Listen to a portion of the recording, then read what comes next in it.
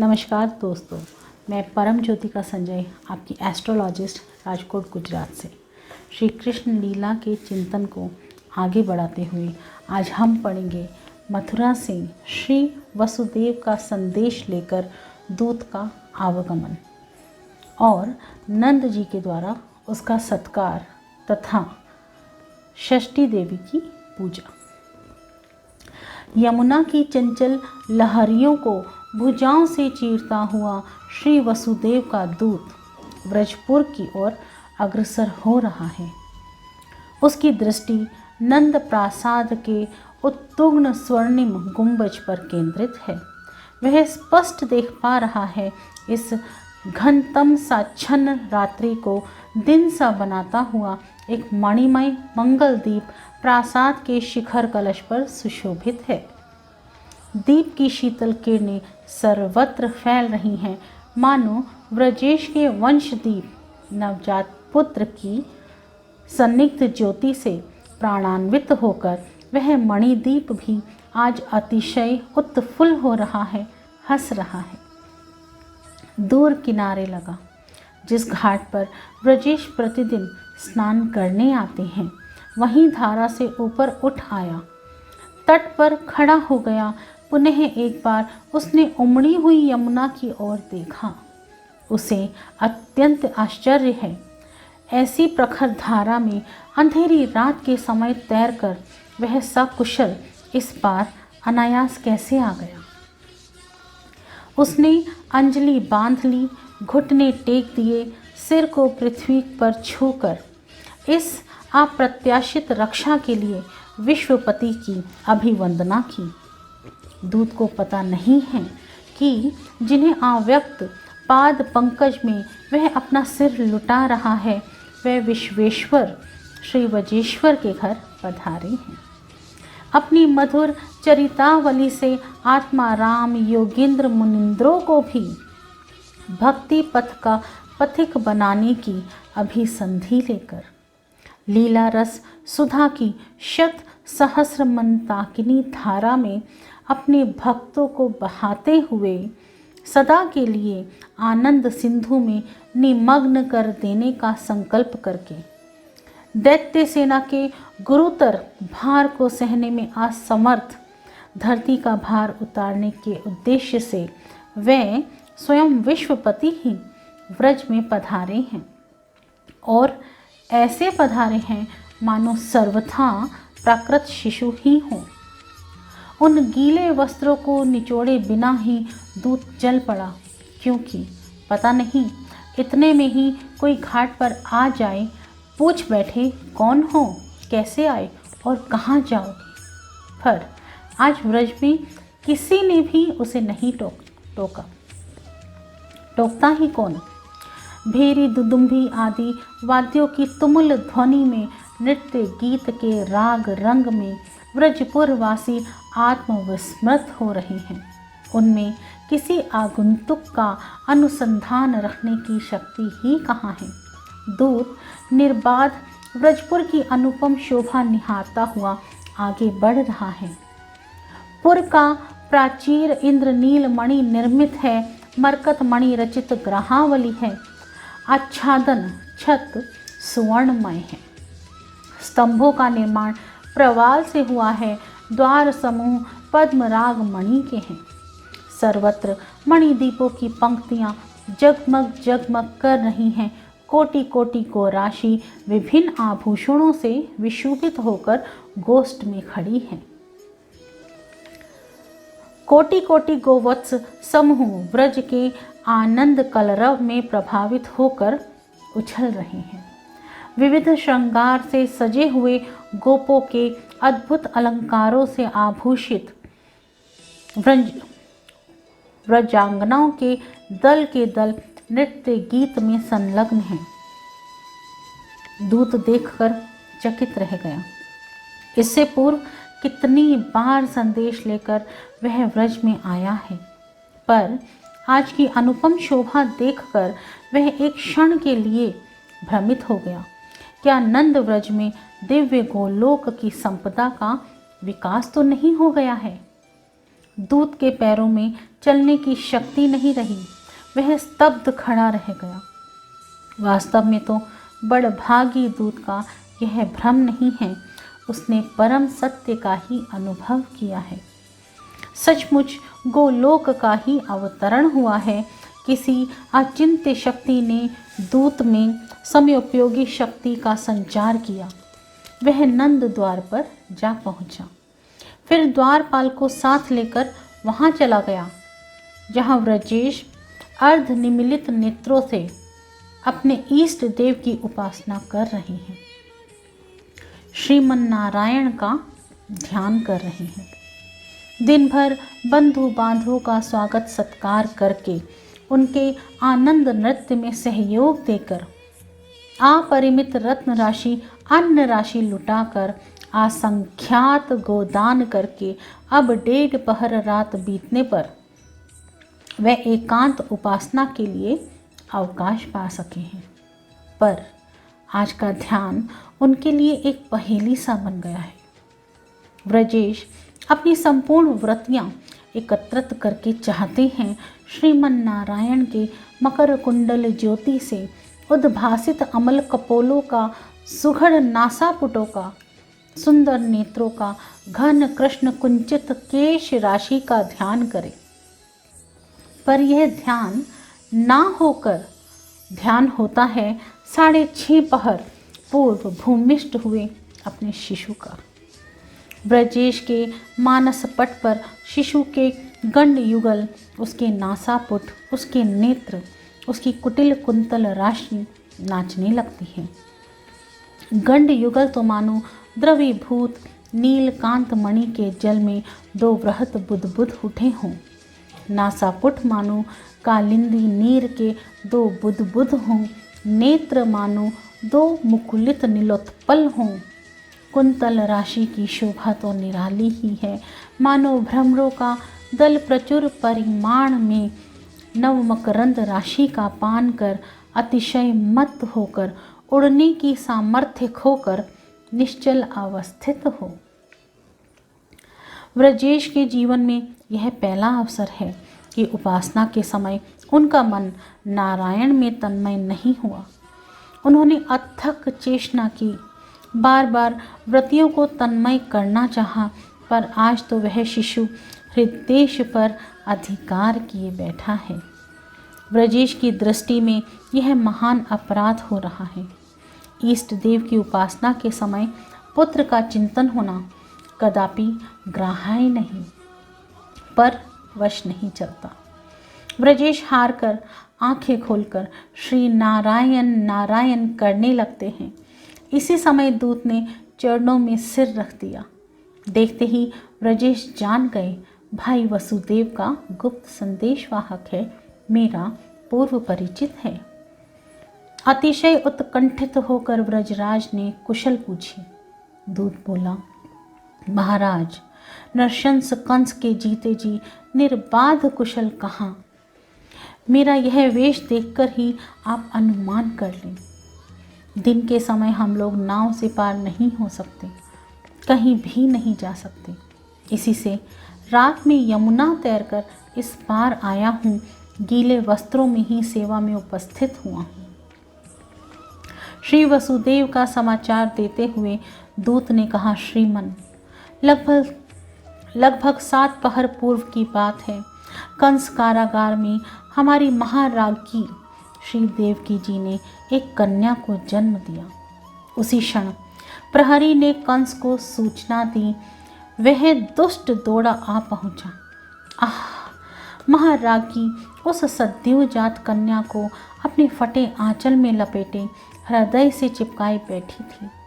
कंस को देखकर रो पड़ी।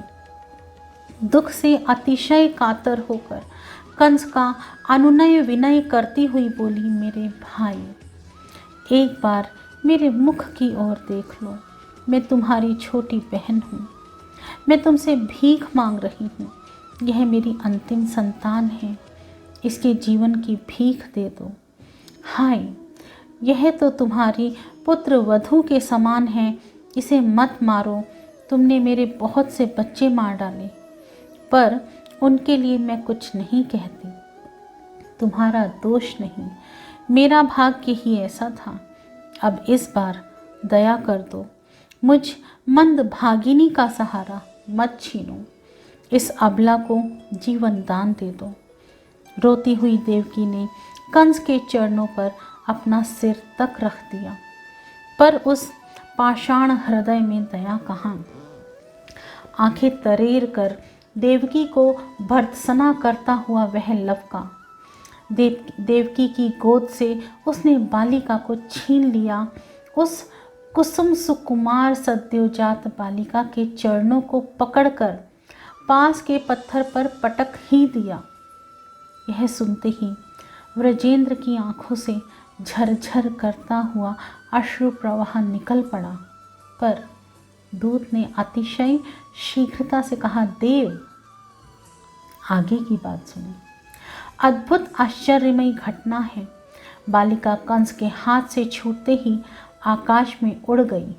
दूसरे ही क्षण बालिका का रूप बदल गया। वह अष्टभुजा देवी के रूप में परिणत हो गई। वास्तव में वह देवी ही थी। ओह, दिव्य माला, दिव्य वस्त्र, दिव्य चंदन एवं दिव्य मणिमय आभूषणों से सुसज्जित देवी का वह रूप देखने ही योग्य था। आठों भुजाओं में 8 आयुध, धनुष, त्रिशूल, बाण, ढाल, खड्ग, शंख, चक्र, गदा सुशोभित थे। इतना ही नहीं, उनके चारों ओर सिद्ध, चारण, गंधर्व, अप्सराएं, किन्नर, नाग भेंट अर्पण कर रहे थे, अंजलि बांधकर स्तुति कर रहे थे। देवी ने कहा, मूर्ख, मुझे मारकर क्या लेगा? तेरा जीवन समाप्त करने वाला तेरे पूर्व जन्म का वैरी तो कहीं आ चुका है, प्रकट हो चुका है। निर्दोष बालकों को अब मत मारना। ब्रजेश्वर अतिशय आश्चर्य में भरकर सुन रहे थे। दूत कहता जा रहा था। देवी के वचनों ने कंस के स्वभाव में कुछ क्षण के लिए एक विलक्षण परिवर्तन ला दिया। वह सचमुच पश्चाताप की आग में जल उठा। मेरे महाराज वसुदेव के एवं महारानी श्री देवकी के चरणों में लुट पड़ा। उस समय उसकी आरती सचमुच हृदय को पिघला देने वाली थी। महाराज एवं महाराज्ञी की दयाद्र हृदय विगलित हो उठा। ऐसे नृशंस को भी उन दोनों ने क्षमादान दे ही दिया। वे दोनों कारागार से बाहर आए। कंस अपने प्रासाद में गया, पर वहां जाकर उस असुराध ने जो विचार स्थिर किया, जो कार्यक्रम निर्धारित किया, उसे सुनकर तो श्रीमान भी कांप उठेंगे। राक्षस मंत्रिमंडल ने परामर्श करके उसने यह स्थिर किया कि नगरों में, ग्रामों में, व्रजपुरों में, अन्य स्थानों में जितनी नव संतति हैं, जितने बच्चों ने जन्म धारण किया है, 10 दिन से अधिक आयु के हों या कम के, सभी मार दिए जाएं। इतना ही नहीं, संहार प्रारंभ भी हो चुका है। मेरे महाराज श्री वसुदेव जी ने इस सारे वृतांत की श्रीमान को सूचना देने की मुझे आज्ञा दी है। साथ ही अपनी ओर से विशेष परामर्श यह दिया है कि प्रचुर परिमाण में भेंट अर्पण कर, राज्य कर चुकाकर इस नरपाल रूप राक्षस कंस की संतुष्टि प्राप्त करें, जिससे उसकी कराल दृष्टि नंद व्रज पर ना पड़े एवं कर चुकाने के बाद मुझसे अवश्य मिले। दूत का आना सुनकर उपनंद आ गए थे। उन्होंने भी सारी घटना सुनी है। उन्होंने श्री वसुदेव जी की सम्मति का पूर्ण समर्थन किया। यह निश्चित हुआ 5 दिन बाद सूती का षष्ठी की पूजा करके स्वयं व्रजेंद्र असंख्य रत्न राशि, दधि, दुग्ध, घृत, मधु से पूर्ण अगणित स्वर्ण भांड लेकर मथुरा जाएं, कंस के प्रति सम्मान प्रदर्शित करें। अस्तु।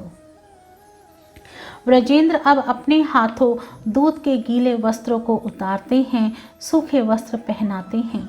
पीली धोती की फेंट दूत ने कस तक नहीं पाई थी कि व्रजराज स्वर्ण ताराओं से चित्रित अपनी रेशमी अचकन उसे पहनाने लगे। अचकन के बंद कसने से पूर्व ही जर कसी बंधी बंधाई पग उसके सिर पर रख दी।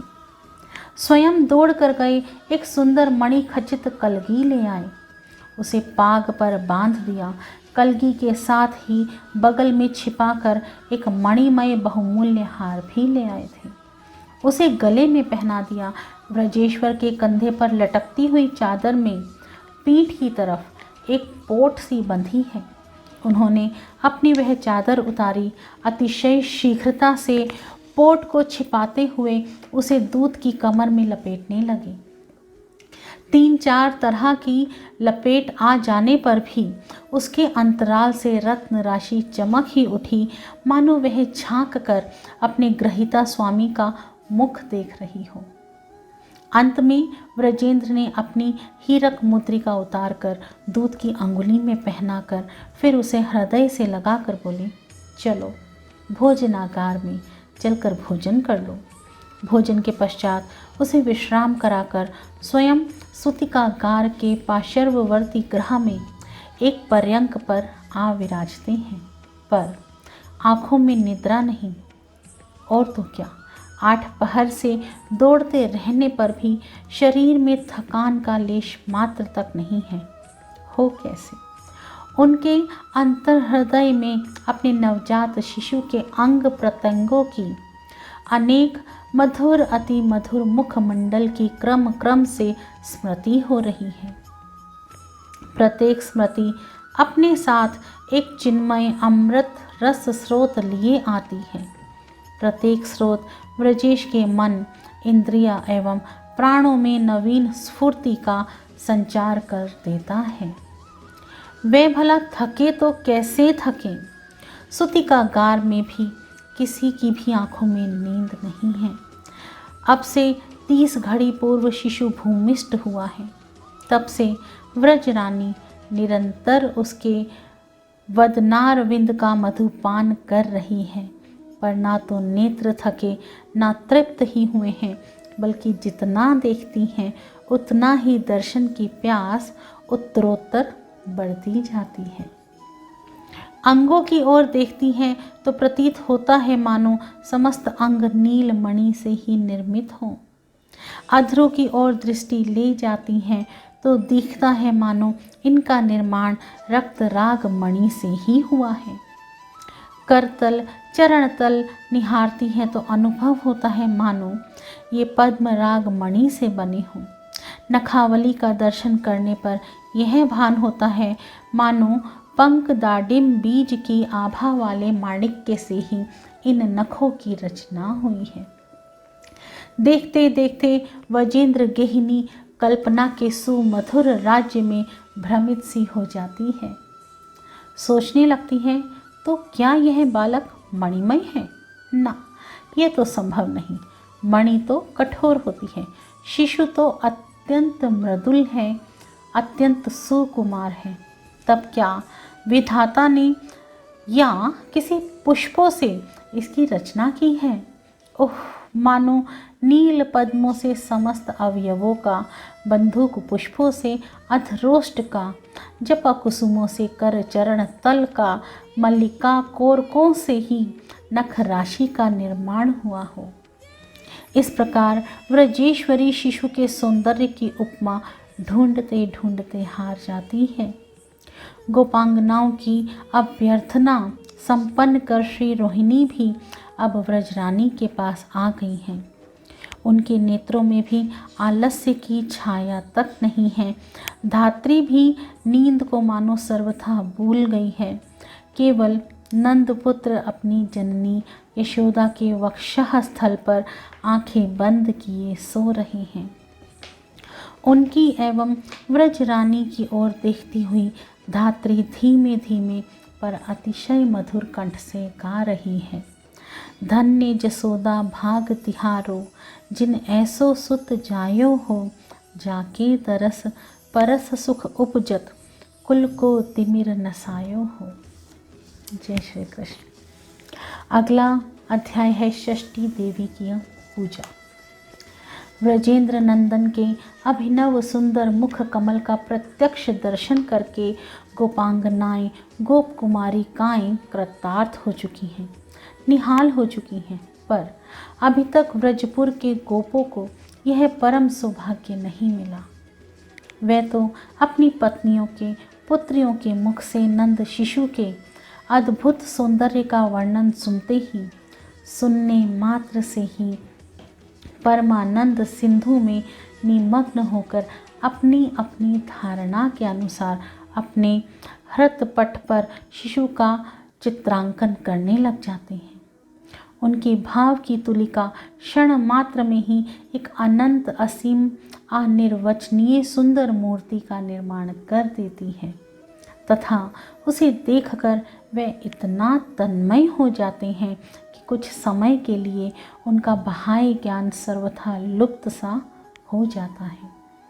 गोप बालाएं अपना अनुभव सुनाती हुई गदगद कंठ से कहती हैं, ओहो, शिशु के अंग इतने स्वच्छ हैं मानो उत्कृष्ट नवनील कांत मणि के अंकुर हों, इतने मृदु हैं मानो तमाल तरु पल्लव हो, इतने स्निग्ध हैं मानो वर्षोण मुख नव जलधर के नवांकुर हो, इतने सुरभित हैं मानो त्रैलोक्य लक्ष्मी के भाल पर कस्तूरी तिलक हो तथा इतने सुचिक्कण, इतने आकर्षणशील हैं मानो सौभाग्यश्री के नेत्रों में लगा हुआ सिद्धांजन ही अंगों के रूप में मूर्त हो गया हो।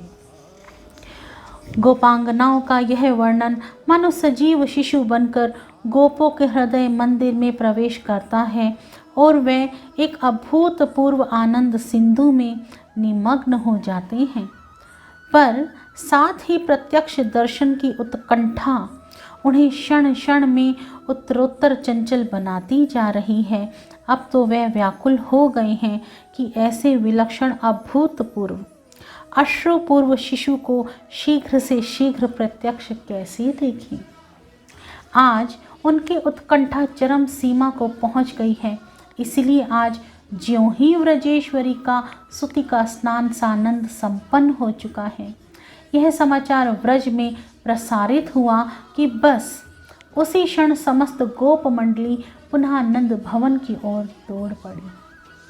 देखते ही देखते ब्रजपुर के समस्त गोपों की तुमुल आनंद ध्वनि से नंद प्रासाद निनादित होने लग गया। ब्रजेंद्र के मन में समस्त गोपों के प्रति समान ममत्व, समान प्रेम है। आज तक जितने समारोह, जितने उत्सव ब्रजेश के घर हुए, सब में ब्रजपुर के समस्त गोपों को उन्होंने समान भाव से ही सूचना दी। पर आज जब कुल रीति का अनुसरण करते हुए अपने पुत्र का मुख देखने के लिए पूर्ववासियों के निमंत्रण का प्रश्न आया, तो ब्रजेंद्र ने केवल प्रमुख गोपों को ही निमंत्रित किया। इस भेदभाव में हेतु था अपने नवजात शिशु की अनिष्ट आशंका।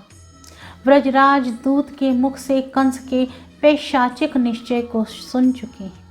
तब से उनका चित्त साशंकित है। क्या पता कंस प्रेरित कोई राक्षस यहाँ आ जाए, गोपों की भीड़ में मैं उसे पहचान ना सकूं और वह शिशु का अनिष्ट कर दे।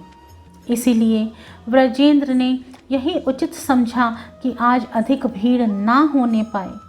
नारायण की कृपा से कुछ दिन सानंद बीत जाने पर समयानुसार समस्त पुरवासियों को बुलाकर पुत्र का मुख दिखा दिया जाएगा।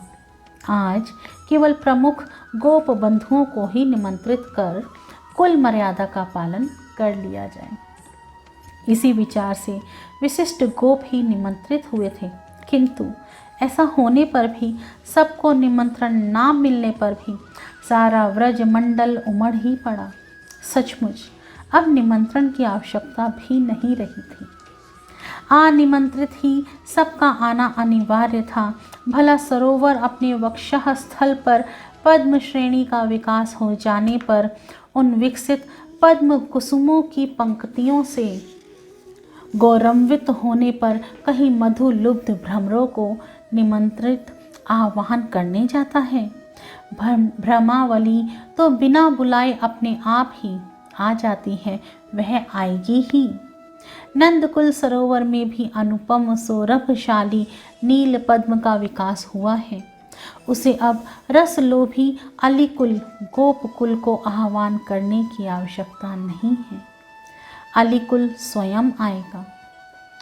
नंद नंदन को अपनी गोद में लेकर वृद्धा उपनंद पत्नी मणि स्तंभ के सहारे बैठी है। उनकी दाहिनी ओर घूंघट निकाले व्रजरानी विराजमान है। व्रजरानी के अत्यंत निकट श्री रोहिणी जी सुशोभित हैं तथा इन्हें तीन ओर से घेरे हुए ब्रजपुर की कतिपय मान्य वयोवृद्धा गोपिकाएं बैठी मंगल गान कर रही हैं। अपनी पत्नी के बाएं पार्श्व में उपनंद जी अतिशय विनम्र मुद्रा में खड़े हैं तथा उनकी बाईं ओर ब्रजेंद्र अंजलि बांधे खड़े अपने बंधु बांधवों का स्वागत सत्कार कर रहे हैं। इन सब के सामने इस स्थान से लेकर तोरण द्वार तक ही नहीं, विस्तीर्ण राजपथ तक दर्शनार्थी गोपों की अपार भीड़ खड़ी है। आगे की पंक्ति जब दर्शन कर लेती है, किनारे होकर पथ दे देती है, तब पीछे की पंक्ति आगे बढ़ पाती है। शिशु के अंगों पर जहाँ एक बार गोपों की दृष्टि गई कि वह वहीं स्थिर हो जाती है, हटती नहीं, हटना चाहती ही नहीं। पर पास में खड़े हुए उपनंद जी दर्शक के प्रति हाथों से पीछे की अपार भीड़ की ओर संकेत कर देते हैं तथा वह अपनी ही तरह अतिशय उत्कंठित अन्य दर्शनार्थी को अवकाश देने के लिए शीलवश बाध्य होकर किनारे हट जाते हैं। उसमें नंद सुवन को देख लिया। किनारे हटते हटते बार बार दृष्टि घुमा घुमा कर उस सलोनी शिशु को देखा, पर तृप्ति बिल्कुल ही नहीं हुई। इतनी देर दर्शन करके भी आंखें तो दर्शन की प्यासी ही लौट आईं। लौटते हुए उन दर्शकों से पीछे की पंक्ति वाले कहते हैं, दादा तुमने देख लिया? मेरे आगे तो अभी अपार भीड़ खड़ी है, पता नहीं कब तक मेरी बारी आएगी। बताओ तो शिशु कैसा सुंदर है। इनके उत्तर में वे कुछ कहना चाहते हैं, पर उनका कंठ भर जाता है, वाणी रुद्ध हो जाती है, वे कुछ भी बोल नहीं पाते, उनकी आंखें भी भर आती हैं। छलकती हुई आंखें मानो संकेत में उत्तर दे रही हों, मेरे स्वामी के सखाओं, देखने वाली तो मैं हूँ। उस अप्रतिम सौंदर्य को मैंने अवश्य देखा है, पर विधाता ने मुझ में बोलने की शक्ति नहीं दी। अपनी इसी दीनता पर रोती हुई तुमसे क्षमा चाहती हूँ। वाणी से सुनकर उस रूप को यथार्थ हृदयंगम करने की आशा छोड़ दो। वाणी में तो देखने की शक्ति नहीं है, वह बेचारी यथार्थ वर्णन कर ही नहीं सकती। जब तुम्हारे दर्शन गोलकों की ओट से मेरी ही स्वरूप भूता तुम्हारी आंखें देखेंगी, तभी तुम यथार्थ में अनुभव कर सकोगे कि यह नंद नंदन कितना सुंदर, कितना मधुर मनोहर है। गोपगण दर्शन के उपरांत वस्त्र आभूषण आदि विविध उपहार शिशु के लिए दे रहे हैं। व्रजेंद्र भला इस प्रेमपूर्ण उपहार की उपेक्षा भी कैसे करते? उन्हें यह उपहार की वस्तु नहीं प्रतीत हो रही है। वे तो इन वस्तुओं के एक एक अणु को व्रजवासियों के मंगलमय आशीर्वाद से भरा देख रहे हैं। उन्हें विश्वास है इन बंधु बांधवों का आशीर्वाद अव्यर्थ होगा तथा मेरा लाल फूलेगा फलेगा।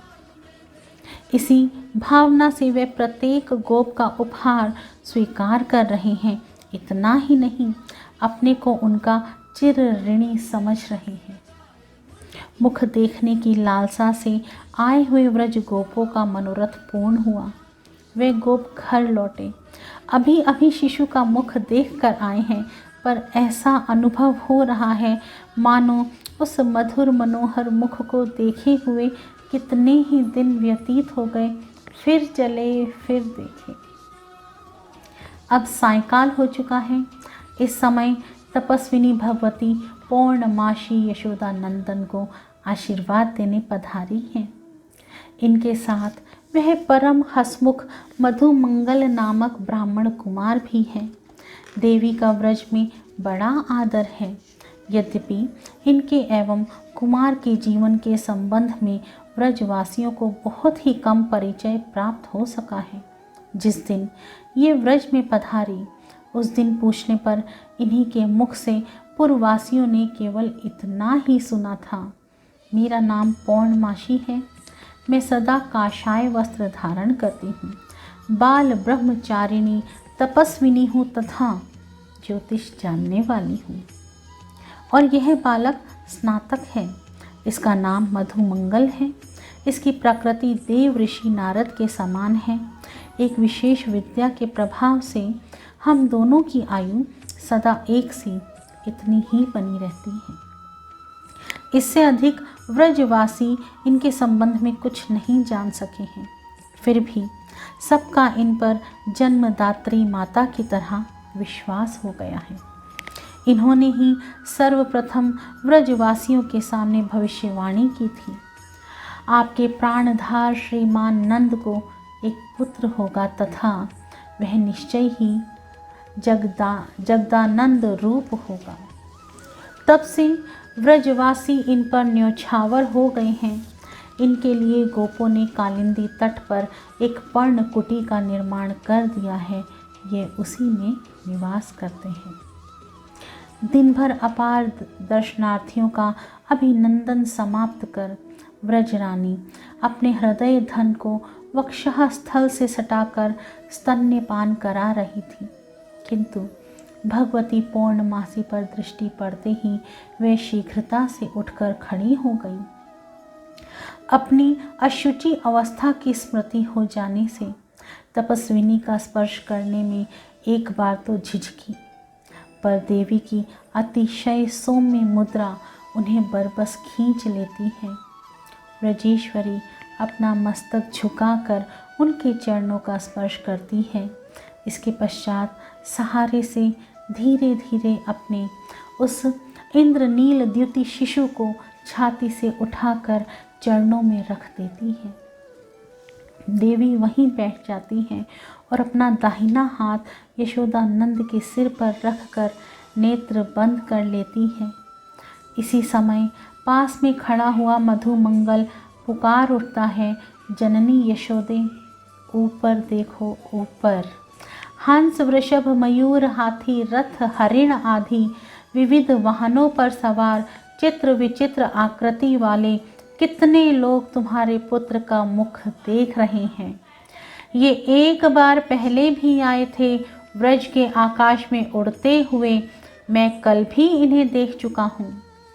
ब्राह्मण कुमार की बात से आश्चर्य और भय से युक्त होकर व्रज रानी तथा अन्य गोपिकाएं ऊपर की ओर देखने लगी, पर उन्हें कुछ भी नहीं दिखा। भगवती पौर्णमासी आंखें खोलकर मुस्कुराने लगी तथा भयभीत नंद रानी को आश्वासन देकर बोली, भय की कोई बात नहीं है, अंतरिक्ष में देवताओं का निवास रहता ही है। हठात दिव्य दृष्टि का उन्मेष हो जाने से मधुमंगल ने उन्हें देख लिया है। यह कहकर आशीर्वाद देती हुई देवी पौर्णमासी अपनी पर्णकुटी की ओर चल पड़ी। व्रज में आज भी रात भर उत्सव होता रहा। अब व्रजेंद्र नंदन के जन्म का तृतीय उत्सवमय प्रभात हुआ। फिर 4 पहर बाद नृत्य गीतमय तृतीय संध्या आई। इसी तरह व्रजवासियों के आनंद कोलाहल पर अपनी प्रफुल्ल किरणों की वर्षा करने भगवान अंशुमाली चतुर्थ, पंचम एवं षठ दिवस भी आए और चले गए। अब छठी रात्रि में व्रजेंद्र अपने पुत्र की मंगल कामना से सुतिका षष्ठी की पूजा करने बैठे हैं। षष्ठी देवी की अतिशय सुंदर गोमय की प्रतिमा बनाई गई। शुक्ल तंदुलमयी वेदिका पर प्रतिमा को पधरा कर विधि पूर्वक कलश स्थापन आदि करके षोडशोपचार से व्रजेंद्र ने पूजा की। फिर कुल प्रथा के अनुसार व्रज रानी ने अपने लाल की छठी पूजा की। गोद लिए गोपाल जसोदा पूजत छठी मुदित मन प्यारी।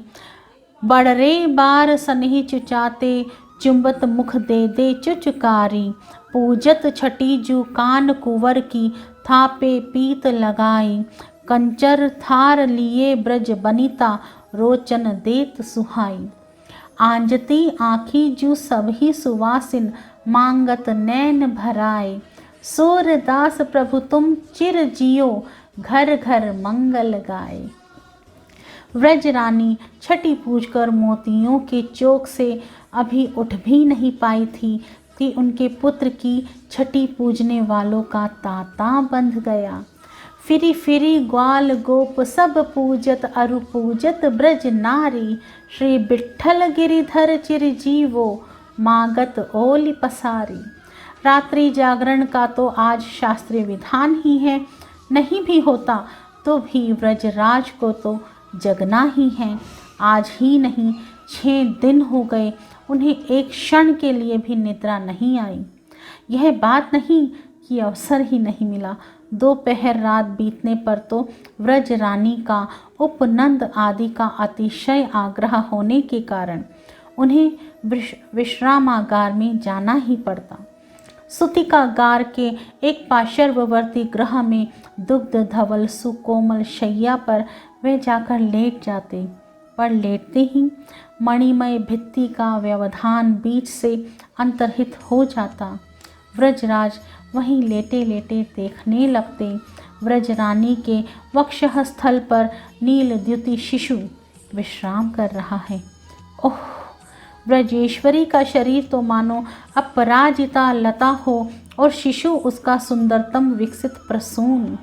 व्रजराज की व्रति उस चिन्मय प्रसून में ही लय हो जाती, माया निद्रा में नहीं। अब हम यहीं समाप्त करते हैं। ओम नमः शिवाय। नारायण नारायण। जय श्री कृष्ण। कल हम पढ़ेंगे व्रजेश की मथुरा यात्रा।